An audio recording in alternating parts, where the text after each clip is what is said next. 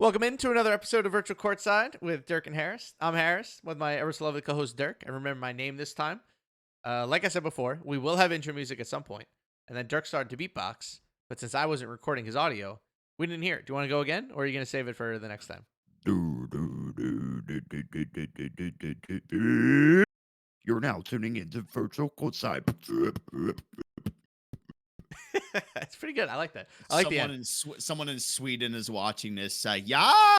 All right, we do have European listeners, by the way. I get to see like where all of our listeners come on PodBean, and we're obviously very popular in America and Canada. A couple European listeners too. We actually have a very nice listener delegation in the ANZ region. So shout out to Australia and New Zealand for checking in with us. Appreciate it. A lot of good listens on the first recap episode. So this is kind of our format now. We'll be doing previews to start every week and recaps to end the week. And I think to end these weeks, Dirk, we're going to try to get some guests on here because as much as I love listening to you and I talk, I think we can start getting some people on here to talk about some matchups and shake it up a little bit. So we'll start getting into that in a little bit. I've had a bunch of teams who have also reached out who are like, you should interview our coach. And I'm like, I will definitely interview your coach. You should pay us to interview your coach. That's... anyway, anyway. No, I'm not tossing shots at anybody. It's been fun seeing all the teams regurgitate the content, put it on their channels, 2K League especially, and we will keep providing because we have a pretty good audience on the podcast now, and it's pretty fun to do. So this week, for our first preview episode, we're going to keep it pretty easy. We're just going to go through all the round one matchups because that's all that's being played this week. Day one will be the winners round one matchups, and then Friday, day two, will be the losers round one matchups. So we will knock out 8 teams on Friday, but on Thursday, it will just be these first round matchups. So that's what we're going to preview. We'll talk about every team. We'll talk about the teams who are likely, and then maybe we'll talk about a couple teams that could lose in round one, but might be able to make a losers bracket run. It is double elimination like it was last year. So yeah, same 3v3 format, if you guys remember what it is. Should I do a full explainer, or is that not necessary? I don't think it's necessary. I feel like people know. Yeah, okay. All right, let's start at the top. Our first matchup, the undefeated Nets GC. They are taking on the Dream Shakers, and I did not prepare for this podcast properly, so I need to look up what the community teams are. I'm bad at my job. I'm so sorry. Dream Shakers are Wolf, Bryce the Goat, and Demon Timing. Thank you. Dirk is actually good at his job and properly prepares and doesn't open up Excel right in front of Dirk's face to cover up our YouTube video. No way. Definitely did not just do that.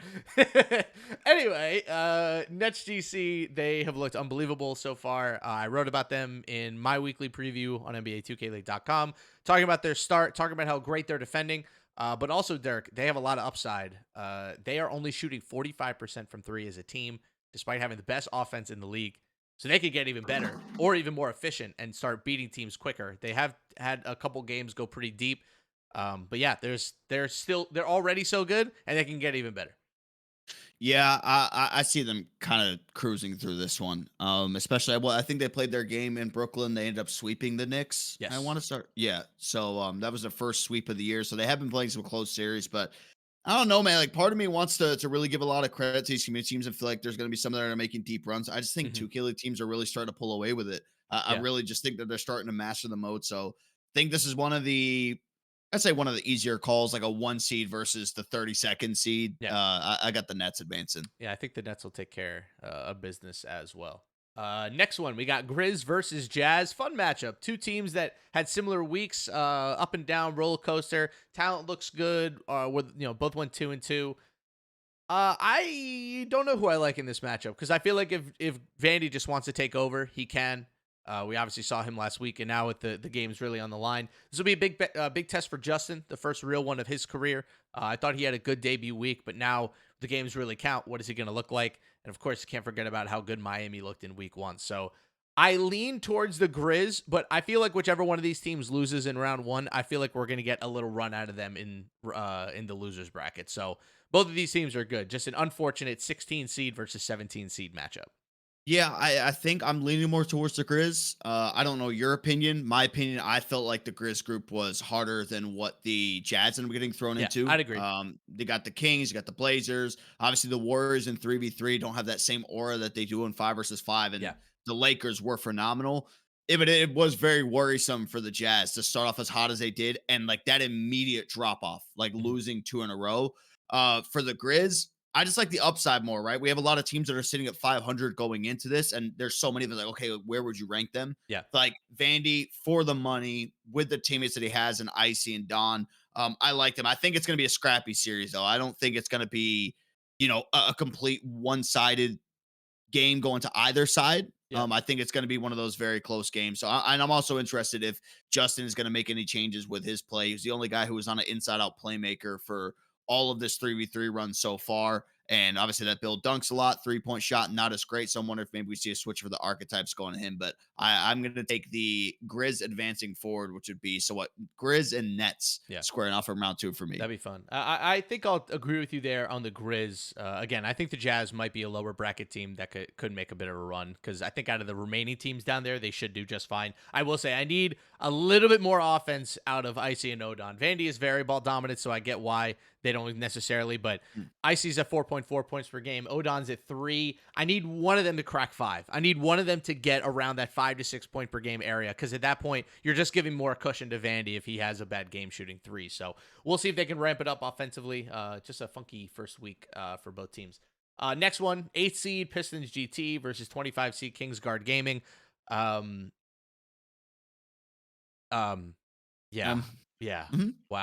Look, here's all I need out of this series, or all I need out of this weekend, Dirk, or out of Thursday and Friday. I just need to see some life.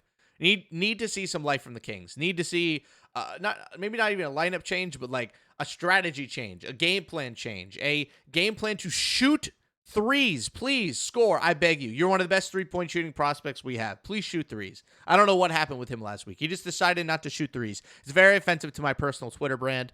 And yeah, I need more threes. I need more. I'm like Kobe Bryant. More. Seems like a habit for a lot of guards when they get into the league, specifically in threes, is that they'll like go into the league being this high volume 3-point shooter, but then they get into threes like, oh, I can just run and take dunks every single time. I think it just comes bad habits. It should be different this year compared to like past years where you could just go run and dunk the ball. But there is a counter to that, and the counter to that is you could be green light and attempt the most threes of like almost any rookie point guard of all time and shoot like 40%. So like you don't want to go full green light. Never go full green light. He went crazy. I did pick him to lead the league in scoring that year, and that didn't work out too well. I will take obviously the Pistons in this.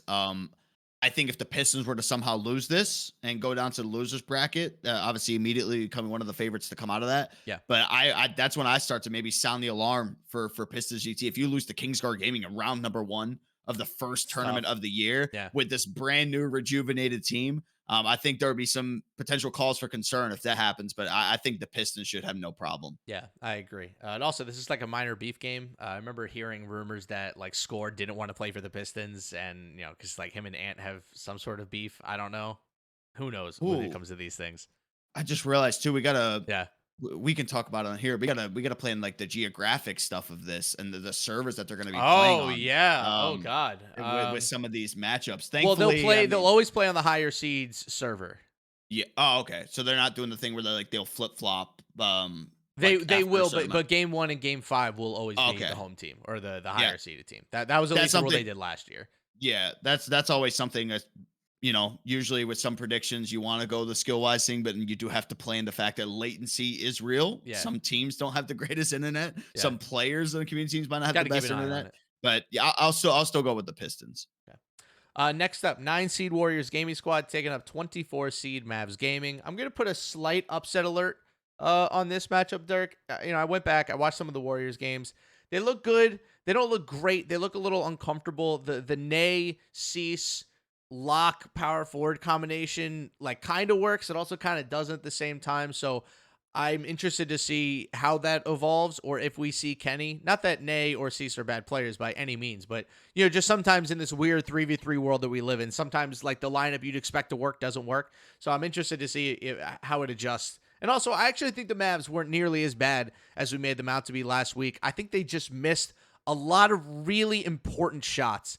And the probability, the maths, Dirk, the maths say that eventually they'll start hitting big-time shots or they'll be one of the worst teams in the league. So I don't think that'll happen quite yet. I think Fana, Dave Fry, and Jarcy are good enough to like make this a series. But I'll still take the dubs, but I'm gonna put the asterisk next to it and say that I'm definitely watching this one.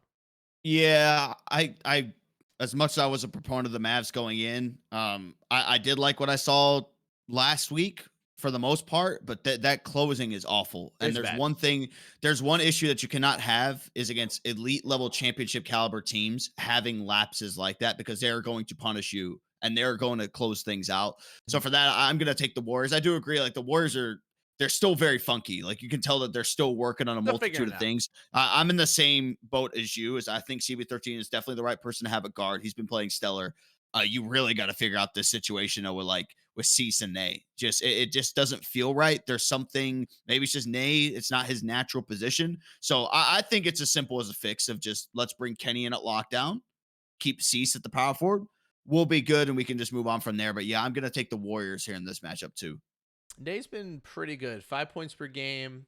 About only 0.2 steals a game. Not forcing maybe the amount of turnovers that some of the other locks are, but yeah, I don't know. It's a weird fit for me too. We'll see if they keep it up. But I also think that there's a potential that this Mavs gaming team is just bad, and if they're just bad, then the Warriors should run over this. Yeah. Heat Check Gaming are number 4 seed. They're taking on number 29 seed, the Islanders gaming team. Dirk with JVM, Crucify, and Dario. What a fascinating team. Here's the problem, Dirk. Here's the problem. I really like this Islanders team. I think they're super fun. They perform pretty well in the open qualifier. The problem is that they're running into one of my favorite teams of the week. They're running into Heat Check Gaming, a team who I really like the trajectory of in this game mode. I like the way their defense was moving. I think they have a lot of room in the upside to get better offensively with, better 3-point shooting, less turnovers. I'm just worried. I'm worried for this Islanders gaming team. I'm worried that they're running into a team that is about to go on a bit of a run here in this tournament, and there's no shame in losing. I will say that Islanders gaming team has a lot of talent, and it will be a lot of fun to see JVM back in a true, good, honest 2K League game. Might be more of a round 2 team to really make a run at it. Tough first round matchup for our newcomers. I was just going looking through the bracket, and I'm like, I don't even know if I'm picking a community team to come out of the first round. They all got really hammered in terms of the teams that they got. There's one I have my sights on that when we get to it, I think that could be the potential upset. But yeah, I just like the way that the Heat are playing. Like the only reason I would give the Islanders the benefit of the doubt potentially is because the Heat are still on the inside. And while them being on the inside, there was not a lot of situations where they were guarding Heat Check Gaming like they were on the inside. That has been the common theme. Teams are just not going with that same type of defense that they have been playing when one of them brought out. Now, granted, there's only been 2 teams, with the Philly and the Heat, but I still just think with the way that they kind of flow and the way that Kai is playing and the one correction that they've had from last year, Kai would keep them in games. They would push the limits and get 19-19. Half those games could never close it out. They are closing out. They are finally getting the job done in that regard. That is why I would take the Heat in this. The big danger for every team in the 2K League with Heat Check Gaming right now is while the inside might not work for other teams, the difference is it's an interesting strategy because they're playing to their personnel strengths really hard.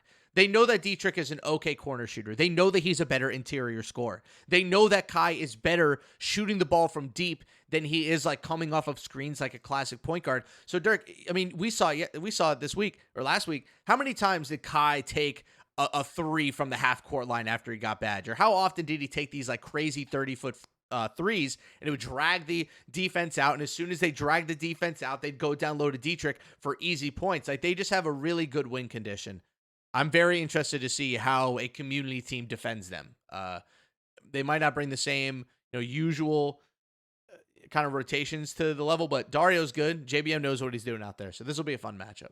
Yeah, I also think too, noting, and this is just the effect of the inside. Dietrich's up there. We're like pretty high in the scoring compared to. I think he's the only power forward that's up there. I know the strategy works. Like Ham and stuff around them.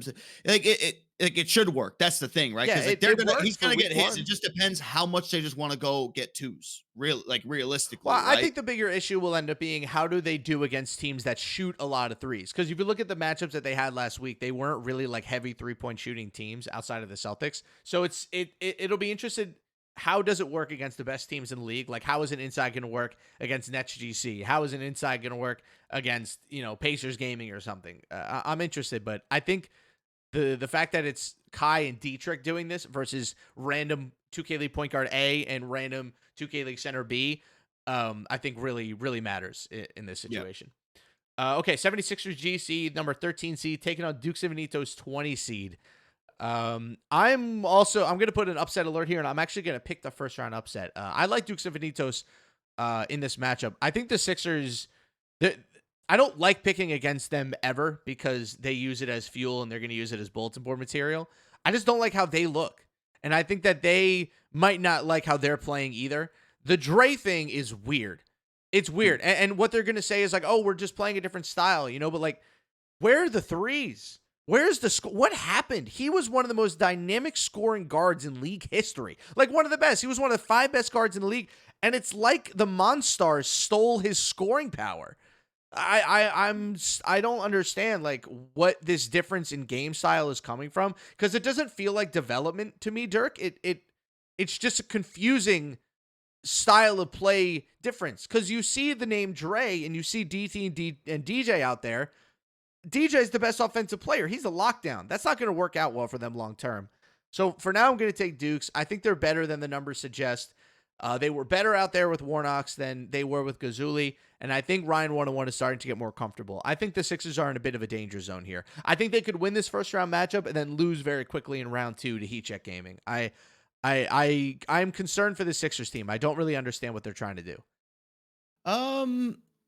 I agree with you with the whole Dre point of it is strange. I mean, I think it was like a couple years back was when like I'm not sure if he tweeted or just like in general people are like, damn, like the shooting's different, the movement's different. I think that's what it was. Because like from the moment I've ever known Dre before the league, when people were just competing against him, he was always to do like lab in the game. It's kind of like a BP in a sense, like just going in there, figuring out all the dribble combos straight away, being very creative with everything that he's doing. So that is strange.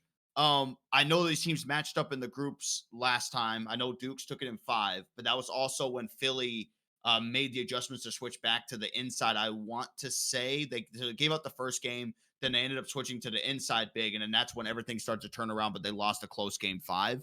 I think I like Philly in this one. I know it's a little bit weird. I think, honestly, again, like my kind of MVP of this team and probably one of the better lockdowns out there offensively that I can think of is DJ right now. He's been going crazy. I think what a fun player. That's like the point that you had brought up right with the Nets, right? Their upside is that if they could just figure out shooting, they're going to be even more scarier.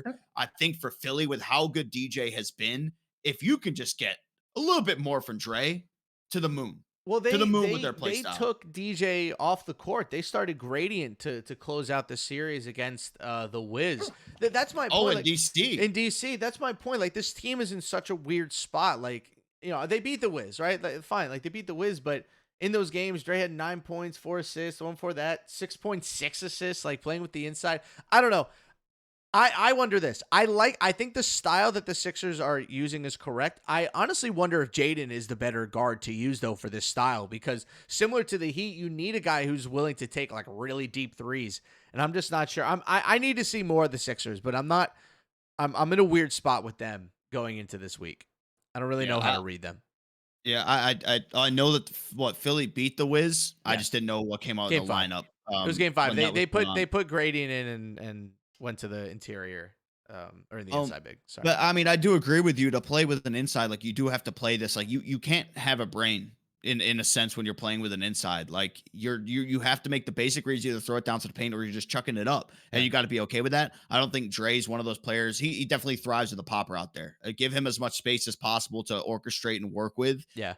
So like while it is good, like you're getting the job done, getting the assist and points, that's just not like the Dre that we know. And how much it could really benefit this team in 3s and 5s. But I mean, I said it the very first show that we had in 3s.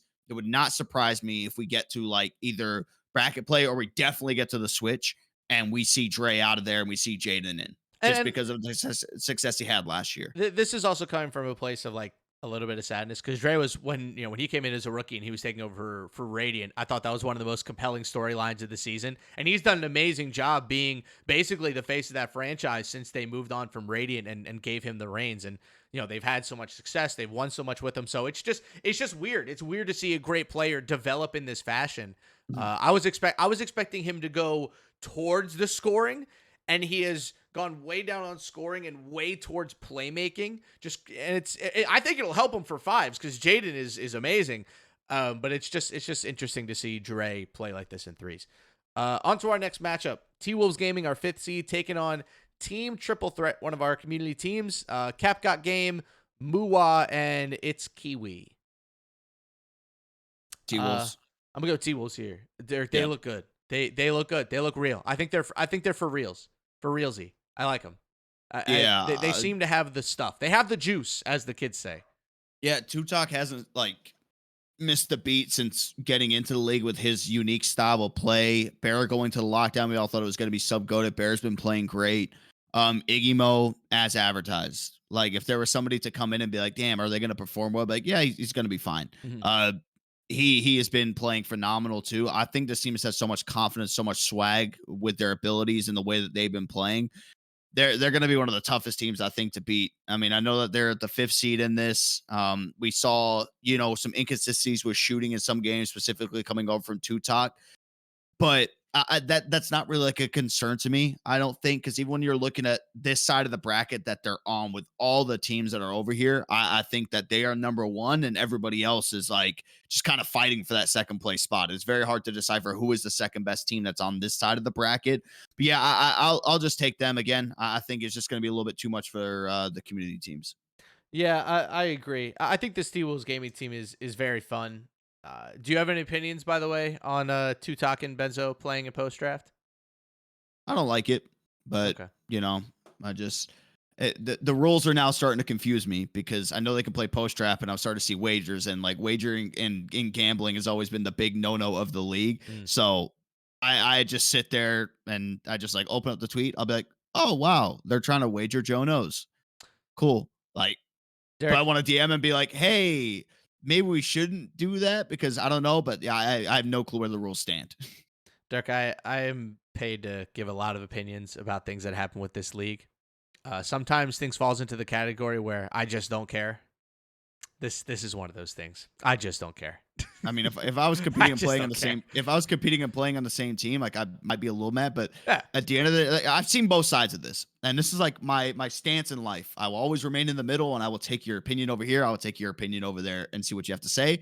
And I'm more likely to draw the conclusion, and be like, doesn't affect me. Fuck it. This is one of those things where I saw a tweet, and it was a perfect point. It's like, what the fuck do you want me to do after all day of playing and going home? Can't play league build publicly with people, can only play 10s, and nobody wants to stream 10s because everybody just wants to be kind of left alone. Yep. So what else am I going to fucking do? Stream COD? What's the difference if they're streaming COD or playing the retail version of the game? Honestly, so I see both sides of it. 2K, man. They're playing 2K. To me, I know that comparing this esport to other esports is kind of an unfair parallel, but not every single Overwatch pro plays ranked every single game. Sometimes they go play pub matches and have fun with their friends, right? I don't think they need to play every single game on League Build. The wagering thing, I don't know. I will say it's doing great numbers for Joe Knows' Twitch account. So shout out to Joe Knows, man. He's doing numbers on Twitch. All right, let's go to our next matchup here. Great one. Magic Gaming, the 12th seed, taking on MBLA's Gaming, the 21st seed. I want to preface this by saying whichever team loses, I think will make a run in the losers bracket. I will say, though, Dirk, I am a little worried for MBLA's Gaming here. I don't think they've entirely figured out this lineup yet. I don't think the three of them are on the same page yet. But this Magic Gaming team, oh, boy, watch out. I don't know if you watched their series against the Hornets this weekend. All right, Dirk, I'm going to set the scene for you. Ready? I'm going to set the scene. Ready? Set the scene. Live event in Charlotte. Made in India on the mic. Hornets coming into the matchup 3-0. They're on fire. The smack talk is there. They got the crowd behind them.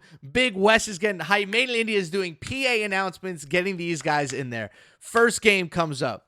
Hornets are leading. They're up 19-15. And then out of nowhere, Unguardable completely takes over game 1, game 2, game 3, and sweeps them in front of their home crowd. I like that scene that you just said. It was so brutal. It was so brutal. It was a absolute brutal beatdown. I mentioned Jay Bullen last week, how good he played. Again, he was insane against Trey Dollars in that series. Loki Godlike was lighting it up. I am worried for this Oz Gaming team. I think the Magic have kind of figured it out. They took a couple weird lumps. Man, they are as good. When they're good, Dirk, when they're good, they look different than every other team in the league. So I'm excited for them against NBL Oz. As much as I love NBL Oz, I think if they lose round one, it's probably an easy team to make it a couple rounds in losers bracket, which, they're used to. They made it to a lot of, in-person stages last year from the losers bracket. But yeah, they're catching this Magic Gaming team at the wrong time.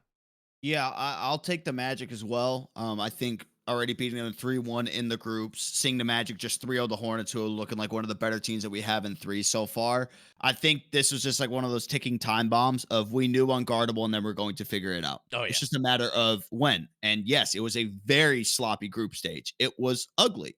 But they were able to pick things up, and that's all that matters most. And I mean, it sucks, right? Because like I love the in-person events, but then you have to think like some people in in-person environments will thrive, and then you have to go back remote. And granted, too, I know that the Magic, at least I think it was for their first 2 games, or might have been all the games, they lost power in the facility that they were at. They had to go to a completely different spot to go play. Wonder how much that factors in from a comfortability standpoint of having to go into a new environment. What are the internet speeds like, right? Yeah. You're in this state-of-the-art facility where you probably have giga everything, and then now this happens. So yeah, I like that. I think it's gonna be too much. I think Unguardable is just gonna start to figure it out, and I think that they're gonna be one of the scariest teams going down the stretch. Wait till we get to like around. If they're not in playoff contention, I'll be shocked. But wait till we get to around that time. I think that's when we're gonna see the complete package from them. When I did my power rankings this week, I put the teams at the top. I called them the contenders. I had 5 teams, and they're all the teams that at their best just looked a little bit different from everybody else. Nets GC, Lakers Gaming, Pistons GT, Bucks Gaming. I put the Pacers in that category too because I think Cooks looks great. I didn't put the Magic in because I was waiting to see how they played against the Hornets on stage. I would now put the Magic back in that contenders category. They just got something about them when they're cooking. All right, let's get to our next matchup. Lakers Gaming, the 2 seed against Glitchy, the 31st seed. Lakers Team Gaming are back. Glitchy. Oh, wait till you hear who's on Team Glitchy. Oh, I know. Aiden, 50 clip, and our man Greenlight. He's back, baby. He's back. Going up against Shifty Kai, who is coming off of one of the just one of the most laughably dominant weeks I think he's ever had. That nobody touched them. Like, nobody really came close to really cracking their shield this week. They beat the Kings 3-1. They beat the Blazers 3-2. The Blazers played them probably the closest. They beat the Jazz 3-2. They beat the Warriors 3-1. Like they were cruising this week. I think Kai is going to cruise through this matchup. They are my favorites to win this tournament. I think going into this round. Yeah, and it's weird to say the Lakers are favorites to win the tournament. I haven't feel They like just I've look said good, that man. in a minute, but I'm happy No, they I put mean, Crazy at big man, by the way. I'm happy they didn't put him at lock. I think I think his versatility shines a little bit more when he's playing the power forward spot. yeah, I think too. I think I think the OGs who know, like everyone knows how good Guns was a lockdown when he came in, like how dominant he was going into the league, but then went to play center instead. So I think it just kind of allows him to get back into his groove. But this is just the effect, right, of being able to grab probably the best player that we've had in the NBA 2K League consecutive years who has yet to win the MVP. Crazy. And just putting them on a team. Not even just like the fact of his individual skill, but how much that can change the presence in the locker room. Yeah. Like this is the most smiles and happy I've seen, like Crazy and all them being on the winning They're end of hype. stuff. They're Like, hype, man. They're getting hype in that locker room. We've never seen that. They got that same swag back that they kind of had when we were in Indy when the Lakers were Mhm. playing well. But I think this is a different level because now he's also playing one of his best friends. Well, he's on the who happens warpath. to be one of the best. What it really is for me with Kai, I don't know. Maybe it's just one week and I'm playing into it too much. I think his mentality is a little bit different for this season. This year, because like think about it, he's the guy. There's no Bear to Beast around. There's no Coach Nick. There's no JB. And I know Nacho's fantastic and Matt Mikovich has done a good job. Crazy's great. This is Kai's team, and this team is going to go as he does. And their defense this week was stupid. I mean, it went absolutely dummy. 17 points per game, number 1 in the league, allowing top 5 in field goal percentage, 3-point percentage. Like they just They dominated. Point differential of 3.1. Nuts. Nuts for a 4-game stretch. I feel for Green Light and them. We'll see you next time. It's going to be a tough one. Yeah. 15 seed Celtics crossover gaming against 18 seed Raptors Uprising GC. I have a coin on my desk. You ready? I'm going to flip that coin. Are you about to coin flip? Yep. Heads, Celtics. Tails, the Raptors hot streak with symptoms. Ready? Here we go. It's tails. Would you look at that? It's the Raptors hot streak with symptoms. Tails, I'm picking the Raptors to win. That, like, it is crazy watching them play with him and realize that symptoms is just on an absolute heater right now. I kind of feel for the Celtics, but they're walking into the symptoms heater. The Celtics did look good last week. They were a little bit underwhelming. I feel like this is one of those series where their lack of general, I don't want to say like energy, like hype, I think is almost what they need. I need a little bit more spunk coming out of the Celtics team to get over the Raptors on this one, because the Raptors are coming in with a lot of energy, a lot of hype, a lot of good vibes.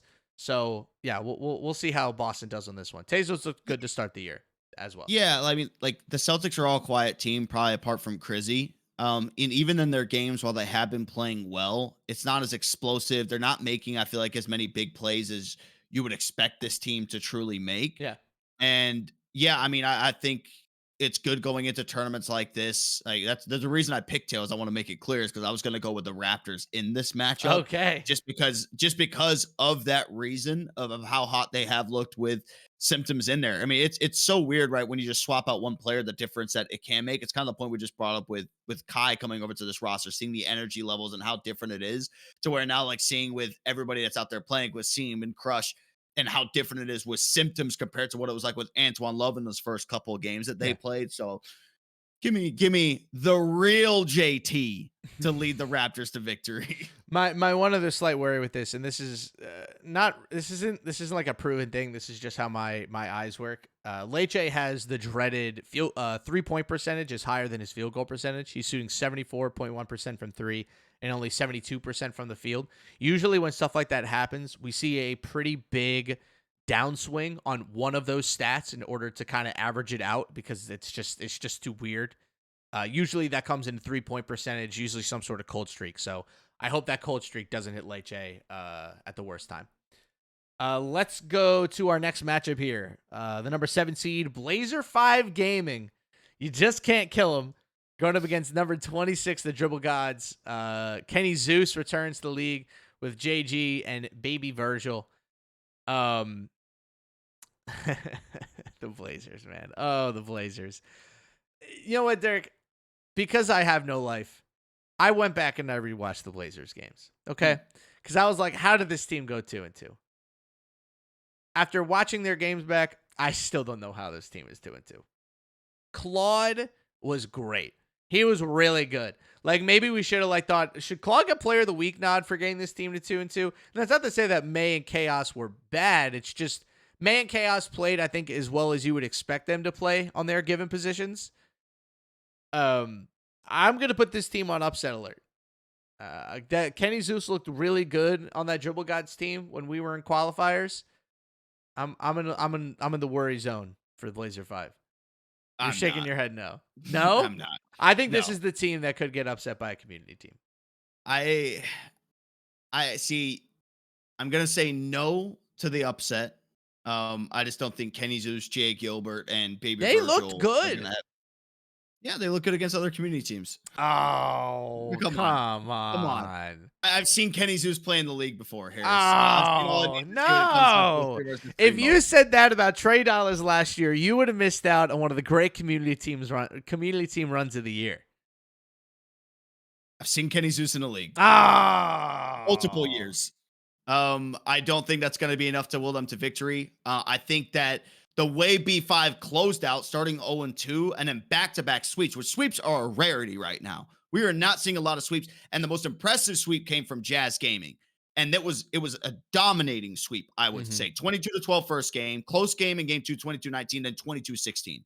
That is a comfortable win in the 3 versus 3 world. Then they go to Kingsguard Gaming, which you never know with a team like B5 with this wacky lineup that they're putting out there. It's so unorthodox for them to go out and sweep Kingsguard Gaming, a game that they're supposed to win, not just scraping by, not winning in a game 5 in a closely contested matchup. No, another sweep of winning by some decent sized margins. That is why I'll take them. I am a believer in Blazer 5 Gaming to knock off a community team. Now, when we're talking next round, Harris, I don't know if you got me there, Derek, but I got it for this you first lost me at trying to use beating the Kings as a reason to like a team. I'm sorry. You can't get me there. Don't twist it. Don't twist it. They might as well be 1-2.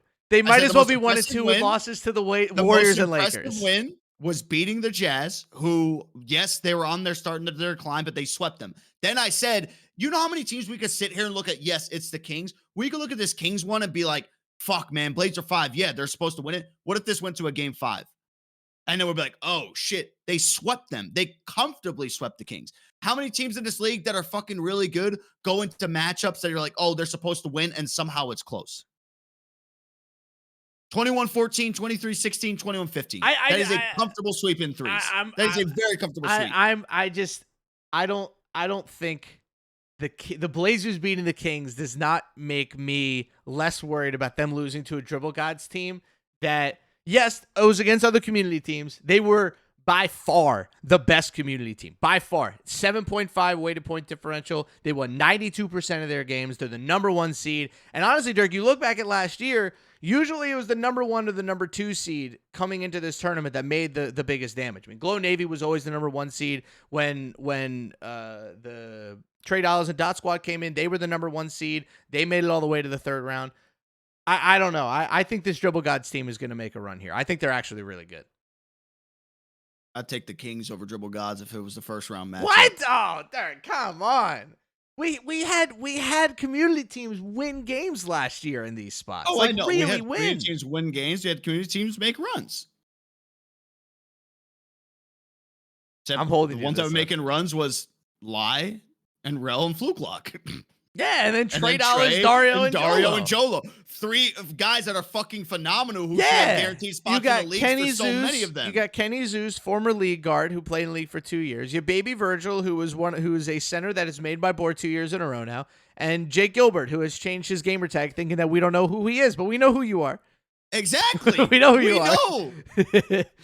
I just think that I think this team cooked, and I think you should go rewatch Dribble Gods because they were mixing people up. It looked really good. I'll take the Joe Vegas. That's true. Okay, B5. don't make it like that. Yep. Don't make it like that. No.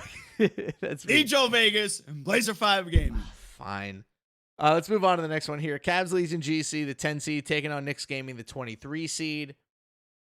A trap game. This is a trap game. This one I have no fucking idea. This is an absolute trap game for Cavs Leads and GC, who are probably one of the 3 best defensive teams that we have in threes this year.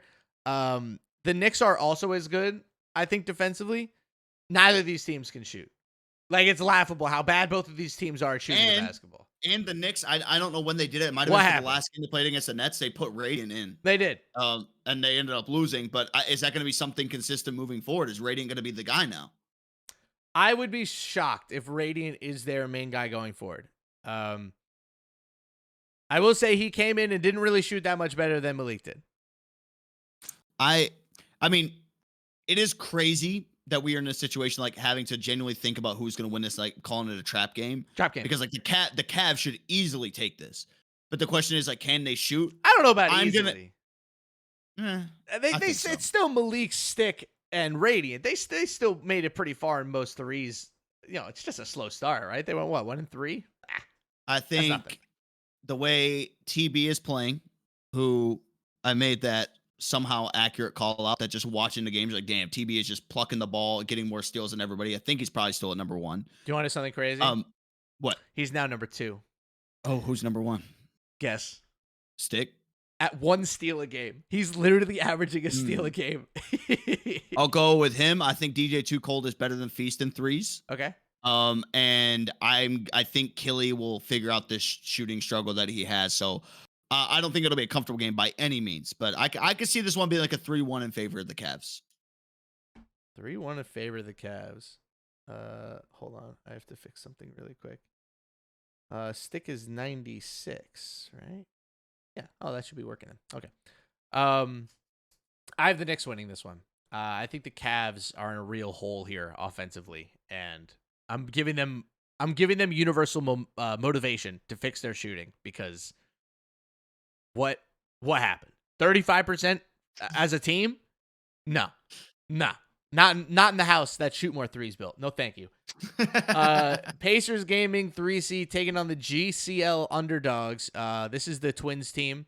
Little Twin, Big Twin, and 4 and D taking on Pacers Gaming. Again, another community team I feel bad for. A community team that I think is actually really good. They were fun to watch during the qualifiers. However, this Pacers Gaming team is cooking. They're one of my favorites.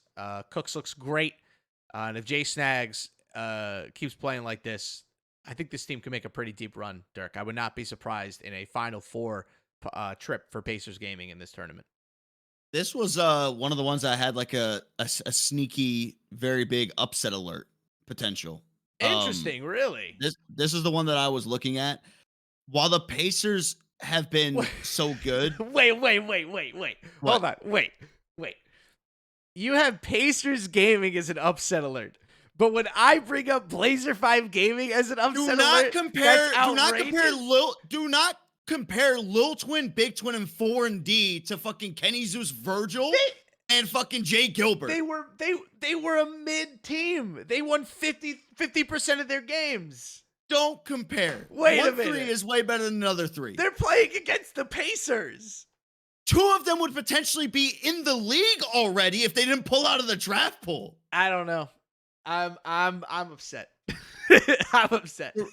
The reason with this one, and this kind of showed true in the Pacers loss, the demise of Cooks in threes has always been he just disappears in random moments. He just gets his random shooting struggles. And if I remember from the Pacers last game, that's exactly what happened.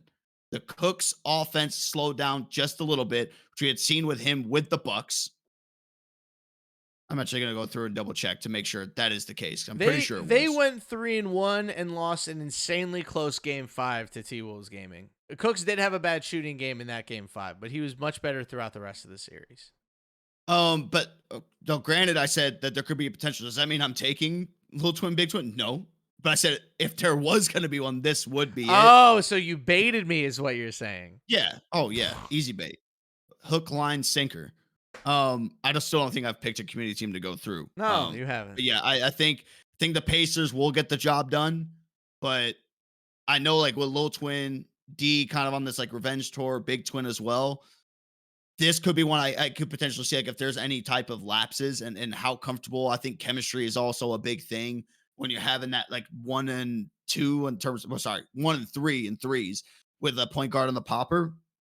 I like what I see from them, but I think the Pacers will get it done. I just don't think it's going to be as easy as most people are kind of looking at it.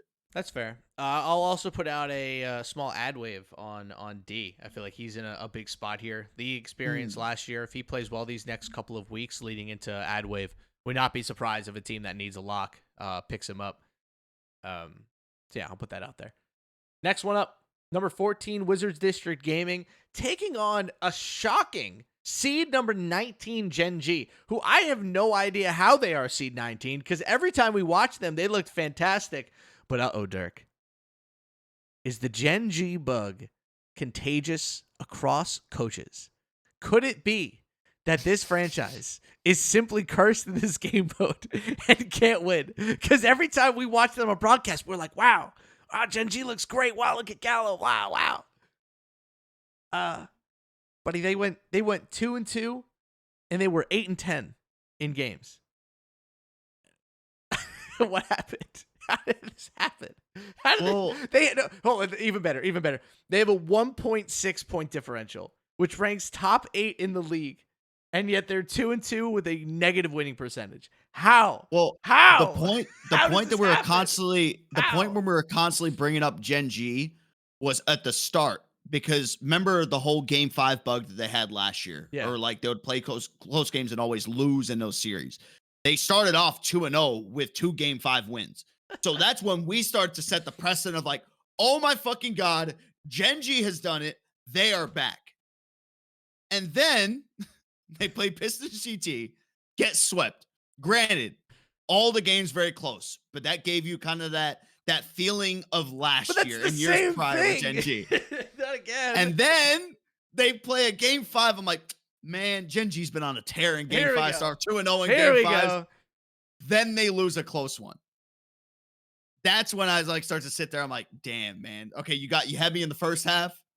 I'm not sure if I'm a believer going to the second half now. This is where math and analytics are weird because you could go either way with this. You could say, A, that they should be or they will be better because their underlying statistics of them being 5th in offense and 3rd in defense mean that eventually the results are going to come. Or you can flip it the entire other way and say, well, it's Gen G. Of course they're 5th in offense, 3rd in defense, but 8 and 10 for this season. Like, of course they are. That's what they do. They always look good and then they always lose. I have no idea what to make of this Gen G Tigers team. I do know what to make of the Wiz. They look okay.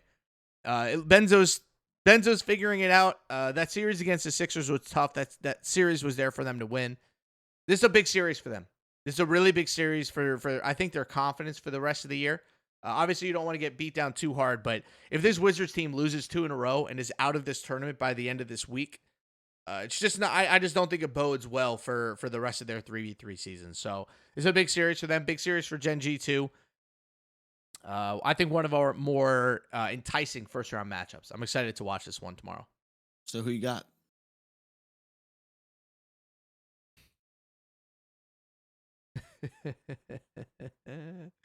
Oh boy. I don't know. I really don't. Where's my coin? where's my coin?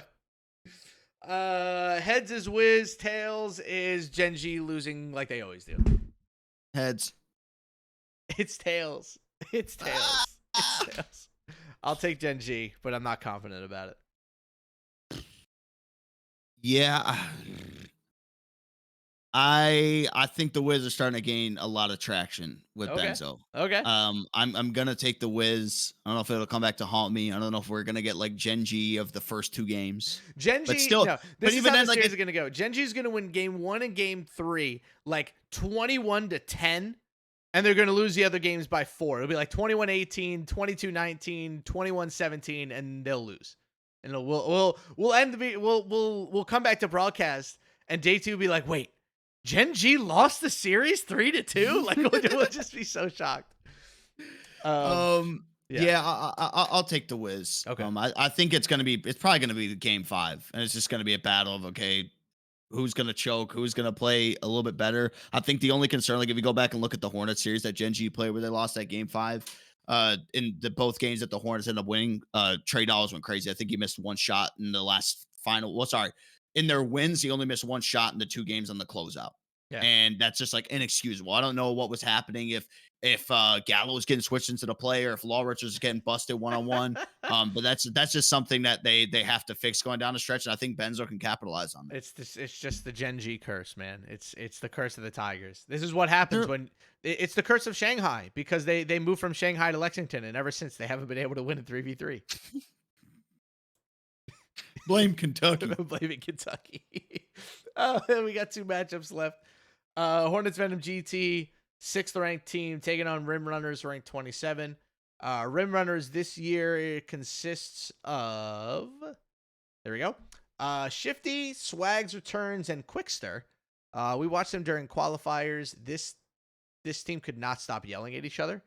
It got really toxic really fast. And then they go up against the Hornets, who, outside of losing, again, one of the most debilitating on-stage series I've ever seen, they're still really good. And Luke Locke and Trey Dollars and Big Sane have looked really good. This is not the time for the Hornets to lose. If the Hornets are going to lose, it's going to be in some heartbreaking fashion later in this tournament. But to community team in round 1, no. No, you gotta back up the trash talk. You can't lose to the community team in round 1. Losing to Magic Gaming, whatever. Fine. You lost to Unguardable and Loki Godlike. It happens. It happens to the best of us. Yeah. Losing to the Rim Runners in round 1, no thank you. You'll be hearing from me if that happens. So don't lose. It shouldn't. It might be one of the more shocking things that we could see if this happens, but I agree with you. I know that over the years, and as much as the players want to say that we go against them, even still to this day, we have been giving them a lot of credit. But I think they think that we pick players of the week, which we have some say, but I didn't cast a vote for player of the week. I was I only didn't get to pick. I was at the broadcast one time last week. I didn't cast a vote. Trey Dollars probably should have been up there. Yeah, I he was think that would have great. been rightfully so for them.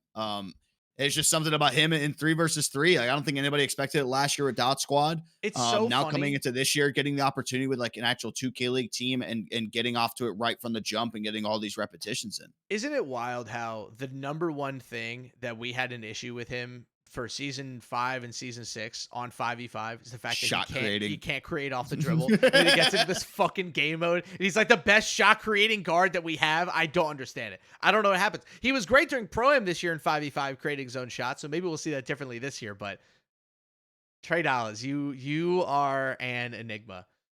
All right, let's move on to our final matchup. A really fun one. Bucks Gaming, the 11 seed, taking on Hawks Talon GC, the 22nd seed.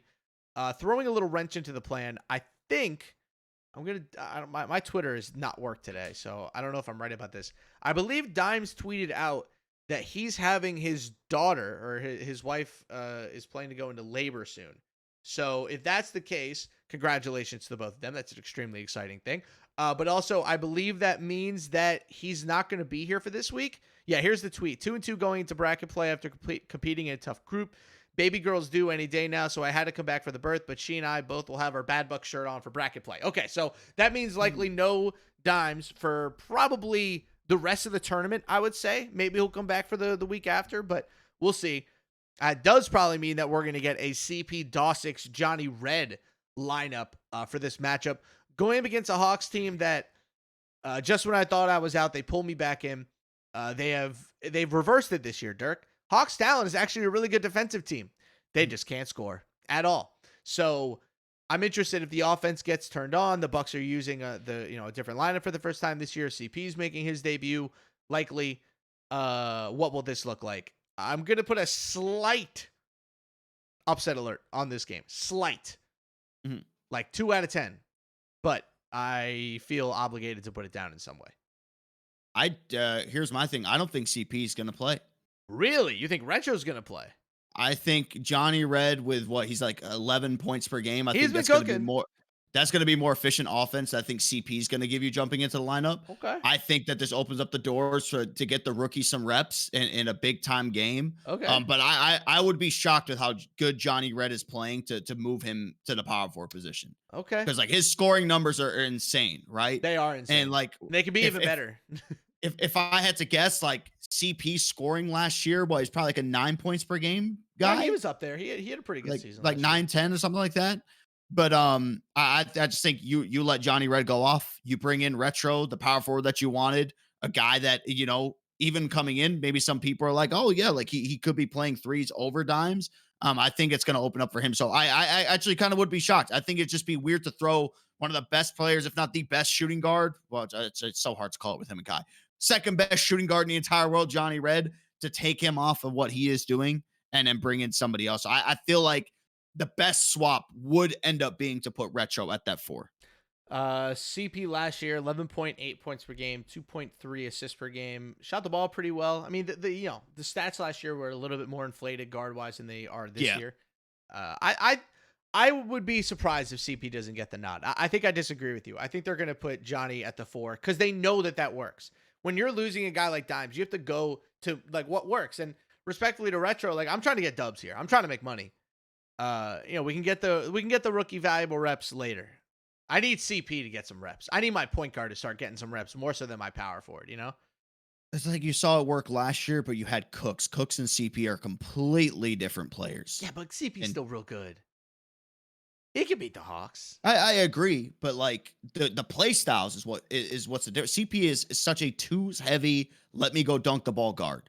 That was the one thing, like when he got off to that hot start last year, that's what he was doing a lot. And that was kind of his demise.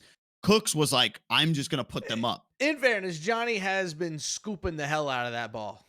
Yeah. A lot of scoopy doodles. But I have more faith with, I think, Johnny Red in like those type of situations. I would much rather, I guess, like with the power forward, yes, is a very important position. Yeah. But the guard position in threes, especially this year, I think just bringing in CP after Johnny Red has been playing guard this whole time. I think from a game management perspective, I think from shot selection perspective, I think these guys who are playing consistently now are finally starting to get the rhythm of like, okay, this is an open shot. Oh, I can shoot these fades. Oh, I can shoot these pull-ups. I think Johnny will be that way, but I think for this matchup with that big of a change, I think I might swing way of the Hawks. Wow. But I'm not going to. Okay. I'm going to go with the Bucks. I got baited again. The Hawks are good, but I got baited again. I'm kind of in the, I would say, right, if we're going off of every matchup that we have listed here so far, I know I slapped a little upset alert potential, like if the Twins want to play spoiler, yada, yada, yada. I think this one compared to, I mean, I'm not going to put the Raptors and Celtics as like a major upset if that goes, but I think that this could be probably one of the bigger upsets that we're seeing, even in terms from seeding standpoints, 11 versus 22.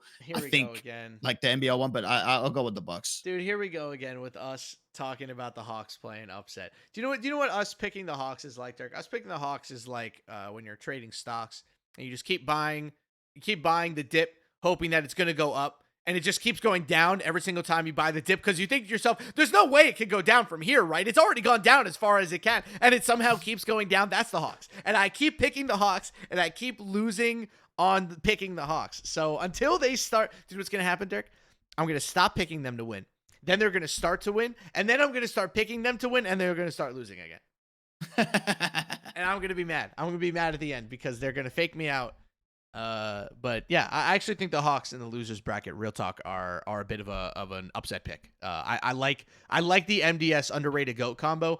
Bait needs to be a little bit better, I think, but I like what's going on over there. Hopefully they're definitely like one of the more quiet teams on the come up. Yeah, like you're not really seeing a whole lot of them or hearing much about them, but like from when you do get some glimpses into their games, you can see why like they're starting to be more in towards these conversations. Yeah. So that's been their lack of identity for basically honestly their entirety of time in the NBA 2K League has been defense. Yeah. They've always had some guys that go out there, put the ball in the basket, but yeah, it's just going to come down to Bait and Eli starting to get that rhythm down. Yeah. It's weird. Their opponent's points per game is really bad. It's 20.3. But I'd argue that has more to do with the fact that their offense can't even put up 18 points per game right now, and all those misses are turning into easy transition buckets. And we saw that with teams last year, right? Like, where we would watch them and they would get half-court stops, but since their offense was so bad, they would give up transition buckets like crazy. That feels like what's happening to the Hawks again, because you look at some of their half-court numbers. I mean, opponents' field goal percentage total, they're up there number 2. Opponents' three-point percentage, they're up there at number 5. Like, they've been doing a good job, like, defending teams in the half court, but their offense has been so bad. They have to stop missing so many shots, and also their rebounding needs to be better. That's another thing that they're getting annihilated on. Them and the Cavs, please rebound, and also please stop missing shots. Okay, that is all of our series for tomorrow, and then obviously on Friday will be all the losers. So we'll cut out 8 teams, and then we'll be back for another episode on either Saturday or Sunday. Yep. And then the week after that, Dirk, we start work on Wednesday. So we might have to do a quick turnaround and do a Sunday episode and then a Tuesday episode leading into it. So I forgot we're Wednesday through Saturday. Saturday, yeah. I wish it was Tuesday, Friday. I know, me too. I miss Tuesday through Friday. By the way, news not related anything at all to the 2K League. Ooh. Courtois and Militao officially back in the lineup for the Champions League quarterfinals for Real Madrid. Uh-oh. They're no. Fine. Everybody's coming back. Oh no. Dude, it's going to be Arsenal, City, and Madrid all completely 100% healthy fighting towards the end of this Champions League. Love it. Make it a spectacle for the ages. I can't wait. It's going to be excellent. All right, y'all, that's going to do it for us here. You can follow us on Twitter at SportsDean and at Dirk_JDR. You can find us at VCourtside2K on Twitter. Be sure to subscribe on YouTube and also leave a rating and review on iTunes if you don't mind. Those are a huge way to get discovered, and we want more people to discover our podcast. So please leave a rating and review. We'll see you guys next week. Enjoy the games the next 2 days. Adios.